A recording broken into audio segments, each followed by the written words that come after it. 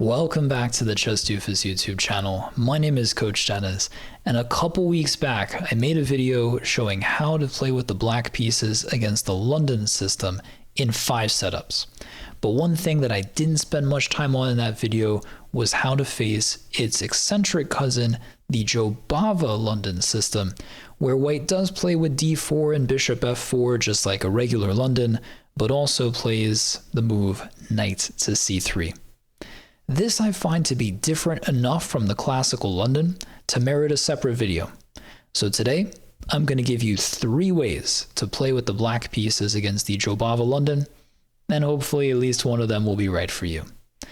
Before taking a look at the first of my 3 recommendations against this opening, I will do a general overview of the Jobava London and also discuss a few move order details.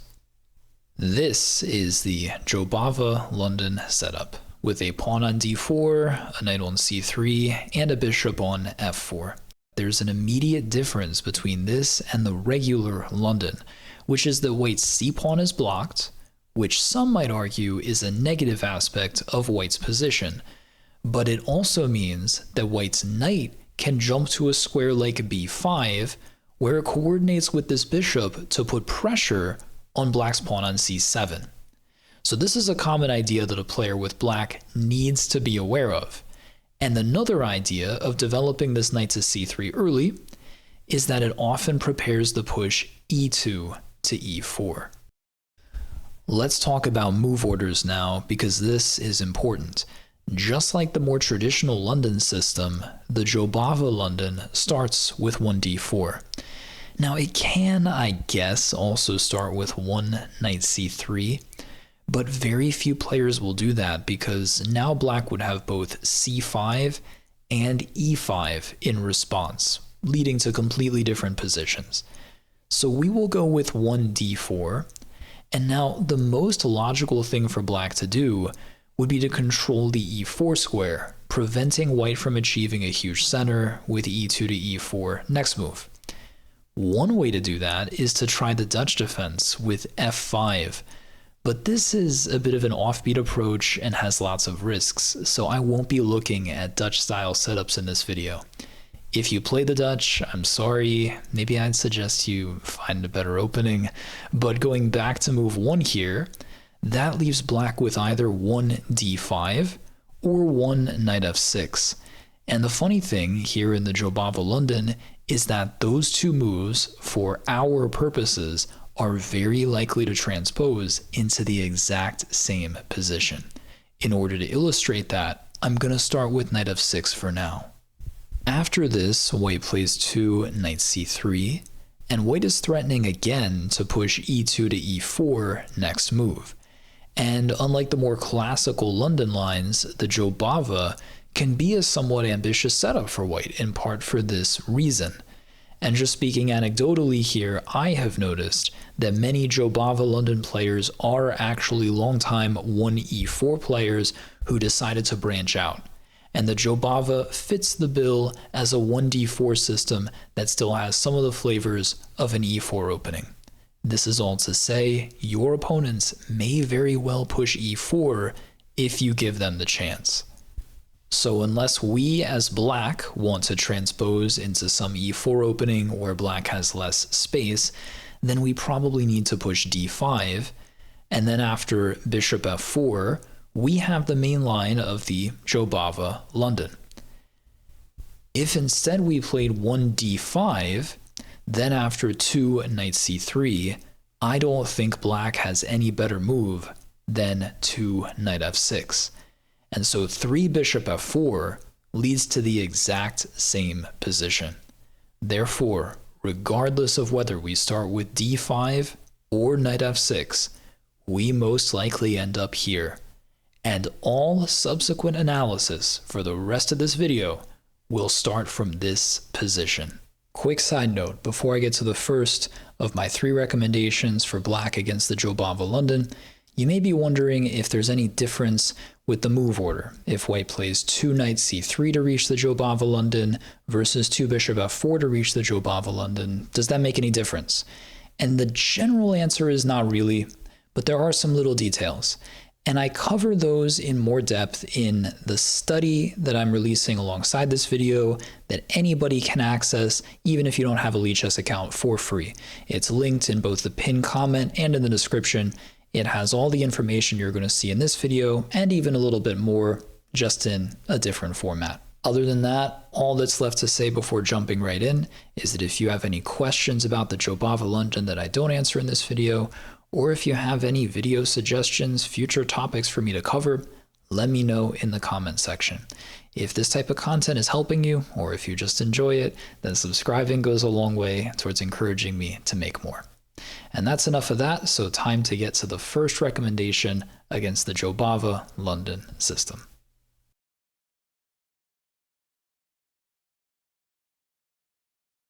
The first idea I'll propose against the Jobava London revolves around black's main pawn break, which is c7 to c5. You're going to notice that this break features prominently in all three setups I showed today, just like it did in the previous video about the London system, and that's because it's the best way for black to attack the center. The e7 to e5 break is usually impossible for the foreseeable future, with white's pawn and bishop controlling that square, so we should play for c5. And in this first recommendation, black just goes ahead and plays it right away, leading to what I call the open variation.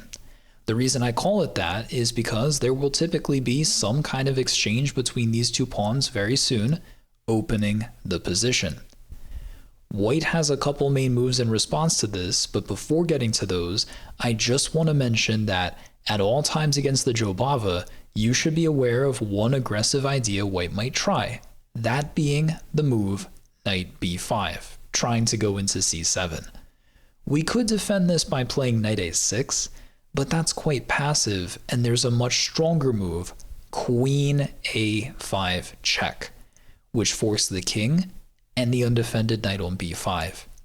This forces knight c3 in response, and after c takes d4, queen takes d4, and knight c6, black is developing with tempo and has a near winning position. So while knight b5 is an important idea in many positions in the Jobava London, it doesn't work too well in this one. Let's instead go with the main move for white here, which is e3. And now black plays c takes d4.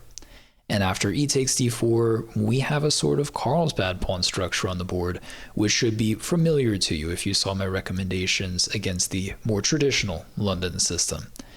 Now, for the most part, these are pretty comfortable positions for black, but you do still need to worry a little bit about the knight b5 idea, which is why one very popular choice is a6, cutting that out completely, and also preparing b7 to b5 in the middle game. Usually after this, white continues with knight f3, and now black has two moves. There's bishop g4, which isn't the computer's favorite, but has scored pretty well for black in practice. And there's knight c6, which is the main line, and white has a few options from here, including knight e5, but black has little to worry about objectively. Another approach, which I personally prefer here, is 5 bishop g4, developing with tempo against white's queen. If white plays bishop e2, black will happily exchange there, and then play a6 once more, followed most likely by knight c6, e6, and development of the king's bishop. If instead white plays f3, then black's bishop usually goes back to d7, and this may look strange, but black is hoping to profit later from white's weakening move f2 to f3. And also, this bishop controls the b5 square, so that if white's knight comes jumping in, black will just take it, and after bishop takes b5 check, just knight c6. This is super solid, and it's okay for black to give up the light square bishop, because the pawns do a good job of controlling the light squares, and black is ready to play e6 and bishop d6 next to get rid of white's London bishop on f4. After that happens, there is no way that white will be able to claim any advantage. One more thing about the open variation. Instead of playing e3 after black played c5, white can also play with e2 to e4, which really opens and explodes the position. This one is maybe the trend among Jobava aficionados lately. I see this often, but I don't think it's anything that black should really be worried about because black has several ways to equalize against this. In the study, I show two of them.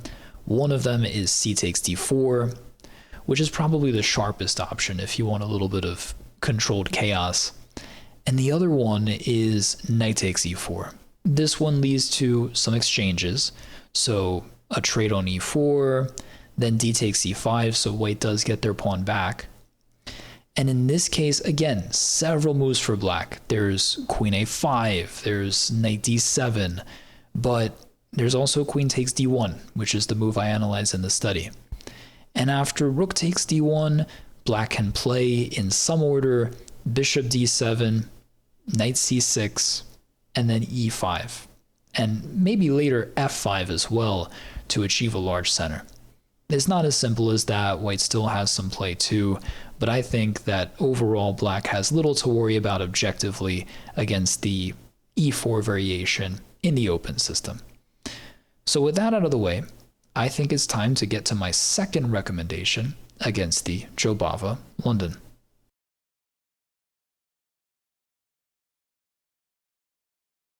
The second plan I'll recommend for black against the Jobava London is what I call the Firefly, because it resembles a setup from the chess variant Bughouse, which goes by that name.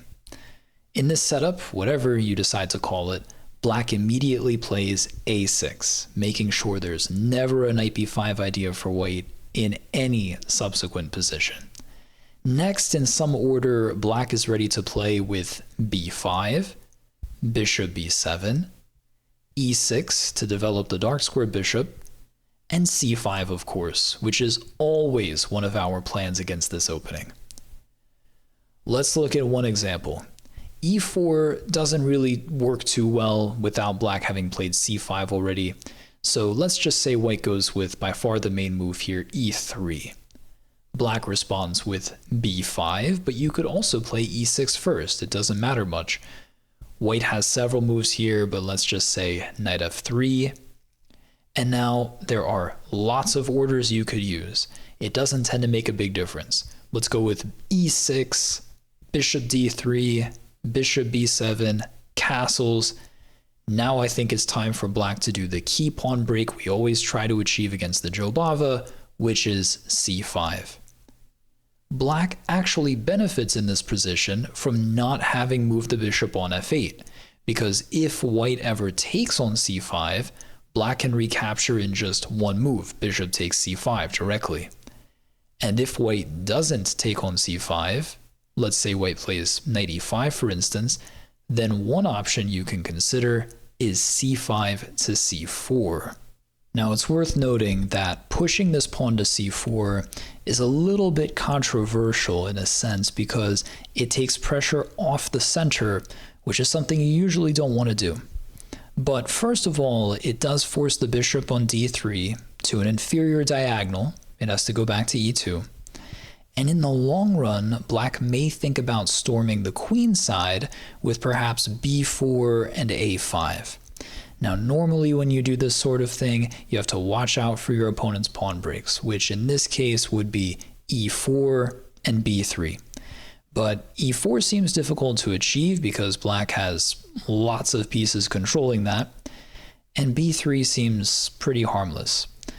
If anything, that move would just weaken some of the queenside dark squares that black could jump into later. So this is an example of the Firefly setup working out pretty well for black, and after a move like bishop e7 or maybe bishop d6, I think black already has an advantage. Because black's play is so straightforward in the Firefly setup, players with white have often resorted to super aggressive play on the king side. For example, after e3 and b5, the most common move in the master games is h4, and after e6, g4. This aggressive plan is not totally senseless because if given another move, white would play g5 to kick black's knight into oblivion. But black has a good response with the move b4, counterattacking on the other side of the board. And now, after knight a4, bishop to d7. This happened in a couple of the master games and black did well. The point, of course, is that this knight is hanging. And if white moves it to c5, black will happily take there, d takes c5, and then knight c6, intending to push e5 soon if given the chance. Another plan is to play knight e4 to try to grab the pawn on c5. The other possibility for white, the best try, is, after bishop d7, to play c4. But then black can play d takes c4, bishop takes c4, and bishop b5, trying to trade bishops. And also possibly bishop d6 is coming soon, and this should be equal with plenty of weirdness for either side to play for the win. So the Firefly style setup is one of my favorites, and of the 3 recommendations in this video, it's probably the easiest to learn. So it's the most common suggestion I've made for my students.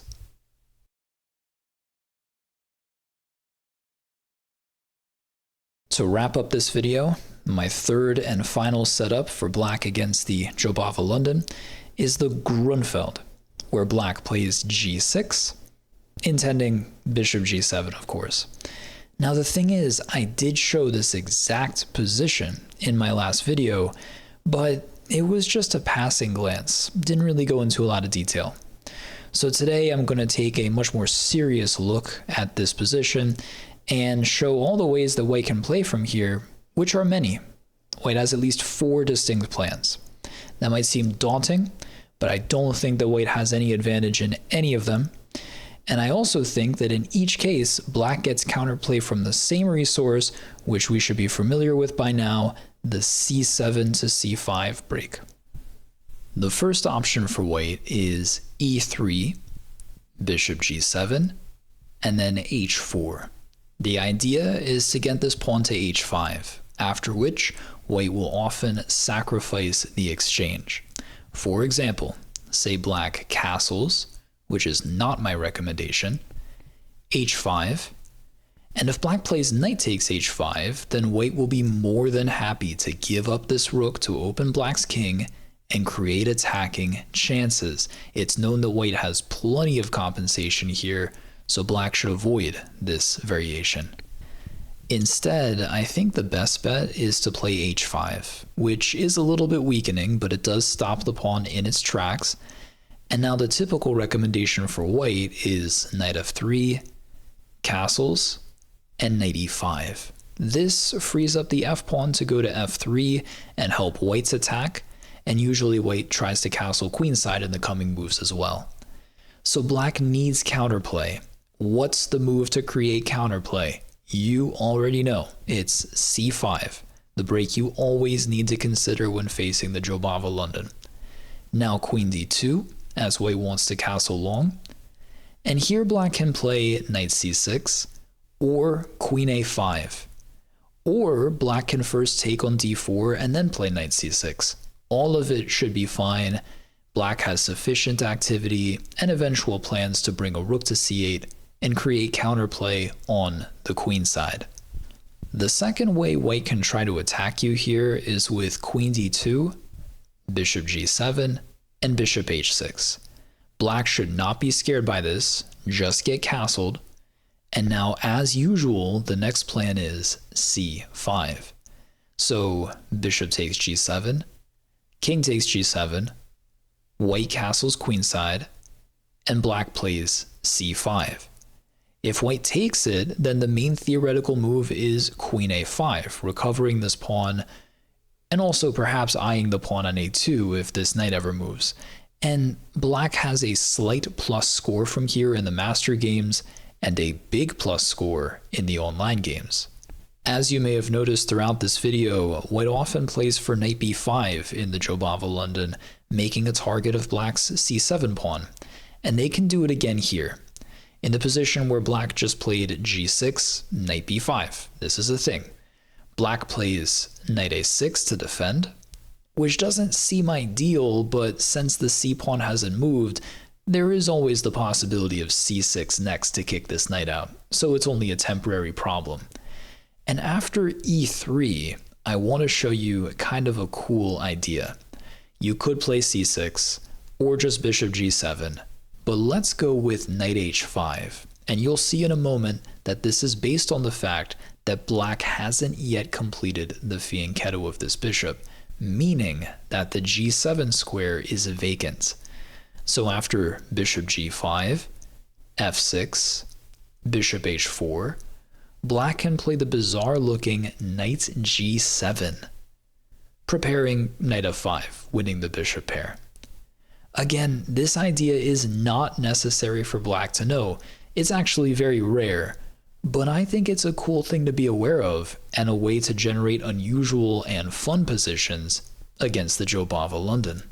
The last way the white can try to play in this opening against the Grunfeld system is with knight f3, and this takes the game out of Jobava London territory and into the territory of another opening called the Berry attack.